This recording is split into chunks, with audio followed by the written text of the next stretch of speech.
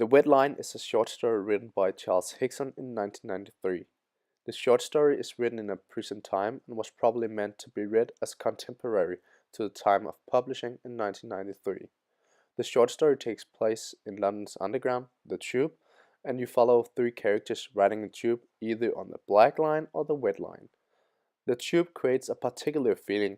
Riding the Tube means individuality. Everyone is alone, either reading a book, using their iPhone. But yeah, one thing is definitely clear, you're not talking to the stranger sitting next to you. The setting is important for the short story because the hectic life in the Tube reflects the postmodern society, because living in a postmodern society often includes a hectical everyday life.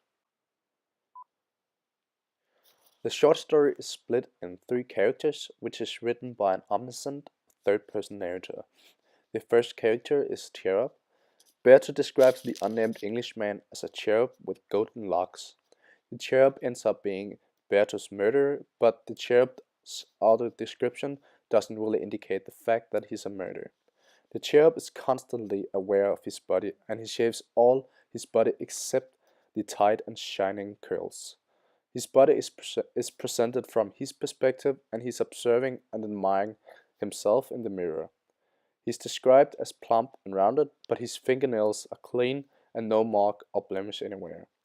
When the karaoke night is cancelled, his anger is so strong that he finds it his responsibility to save London of those who are, in his eyes, the unworthy people, which is shown in the quote at page 66, line 38.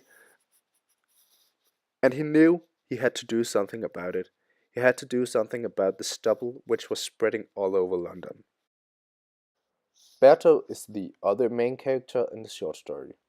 Berto is an Italian guy from Venice who came to London after a woman named Kathy, but his girlfriend has another boyfriend, so Berto and Kathy are just in an open relationship. Berto is characterized as a man with dark skin, dark hair, dark eyes, and a little stubble. As a person, he's very confused, which is shown in the way he looks at the map of the Tube, which he finds very confusing and vanishing. Furthermore, he's bashful and insecure, and I believe it's because he really doesn't really feel welcome in London. He's pure at English, and people laugh at him and constantly misunderstand him. But unlike Denise and the Cherub, Berto is the only one who's open-minded about the others. In contrast to the other characters, he actually considers to talk to the Cherub and Denise in the subway.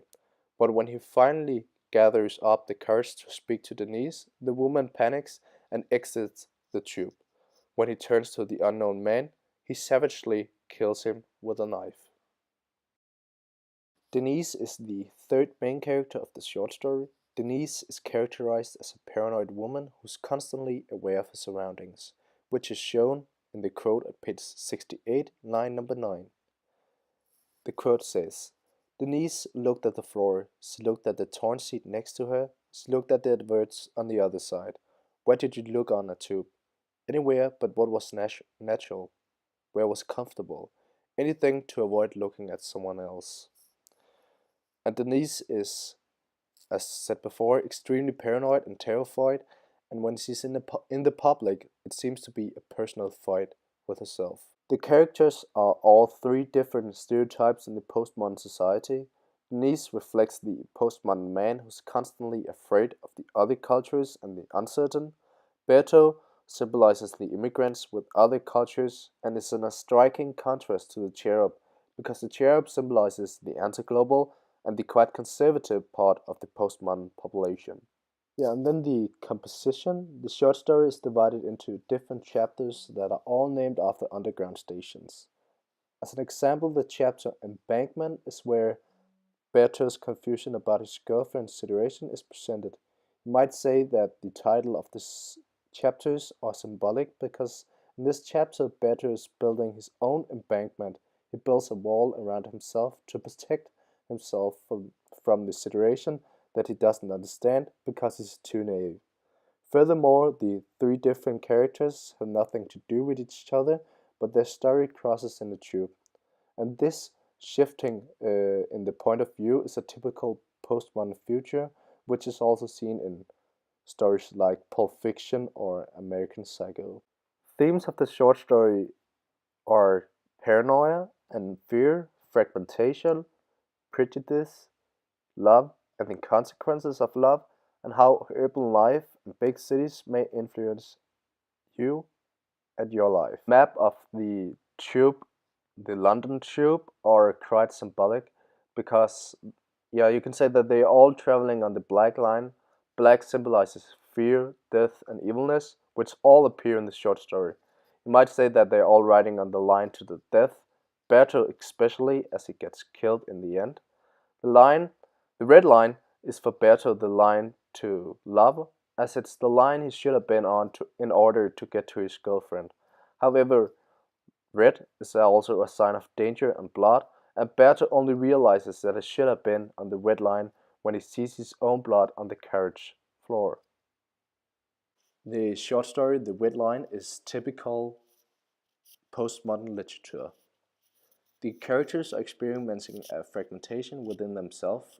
An example of this is Denise' indecisiveness regarding whether she should have taken a taxi or not. She's skeptical because she doesn't trust anyone. Also, Berto is trying to get himself to ask someone for help and direction, even though he's scared to do it.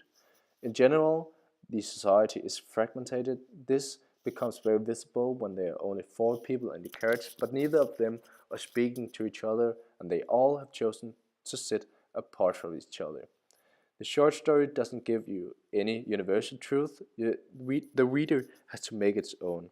It doesn't indicate which of the characters who are good or bad, which is atypical for the postmodern society and the postmodern literature. The characters in the short story doesn't have the same values in life, neither do they agree upon a universal truth. They all pursue each other differently and they construct different personas for the other characters.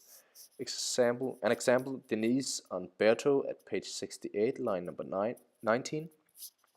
He was dark-skinned. That rapist weren't all ugly or fat. And the cherub on Berto at page 69, line number 29. Just the type, it was disgusting. This short story can be put into perspective because the varying point of view is also seen in American Psycho and Pulp Fiction, and the critical on modern day society is often expressed through the main character, which we also see in the short story Conversation with a Cupboard Man.